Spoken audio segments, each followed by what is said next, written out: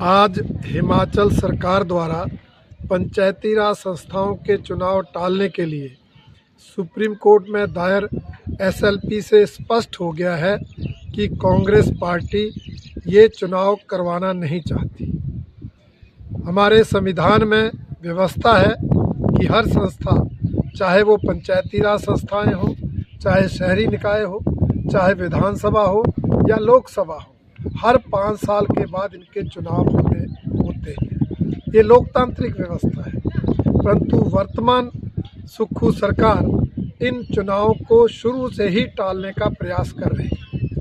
पहले इन चुनावों को टालने के लिए संवैधानिक संस्था चुनाव आयोग से टकराव लिया, चुनाव आयोग के निर्देशों की पालना नहीं की, उनकी अधिसूचनाओं को नज़रअंदाज किया और फिर जब एक PIL में माननीय उच्च न्यायालय द्वारा निर्णय दिया गया कि 30 अप्रैल 2026 तक पंचायती राज संस्थाओं के चुनाव करवाएं, तब भी हमारे माननीय मुख्यमंत्री जी ने हाई कोर्ट की अवमानना करते हुए उस निर्णय पर टिप्पणियां व्यक्त की और आज SLP दायर होने से बिल्कुल स्पष्ट हो गया है कि ये सरकार लोकतंत्र में विश्वास नहीं करती, इसका रवैया तानाशाहीपूर्ण है और पंचायती राज संस्थाओं, शहरी निकाय चुनाव के टालने के लिए हर संभव प्रयास कर रही है।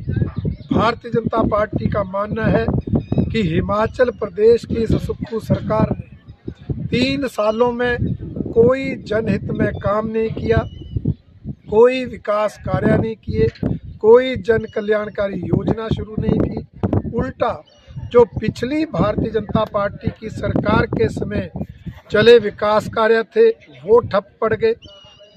पिछली भाजपा सरकार द्वारा खोले गए संस्थान बंद कर दिए, पिछली भाजपा सरकार द्वारा चलाई जा रही जन कल्याणकारी योजनाएं बंद कर दी। इसलिए अब ये सरकार जनता के बीच जाने से घबरा रही है।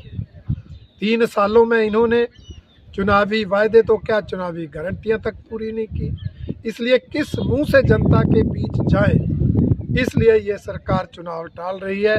कांग्रेस प्रत्याशियों की संभावित हार को देखकर इस सरकार ने इन चुनावों को बार बार टालने के लिए हर संभव कोशिश की है। भारतीय जनता पार्टी सरकार के इस अलोकतांत्रिक एवं तानाशाहीपूर्ण रवैये की कड़ी निंदा करती है और इस बात की भी आलोचना करती है कि इस सरकार ने चाहे शहरी निकाय हो, चाहे पंचायती राज संस्थाएं हों, उनके चुने हुए जनप्रतिनिधियों को हटाकर उनको चलाने के लिए प्रशासक नियुक्त कर दिए हैं। वो भी अलोकतांत्रिक है, गैर संवैधानिक है। इसलिए भारतीय जनता पार्टी उसकी भी कड़ी निंदा करती है।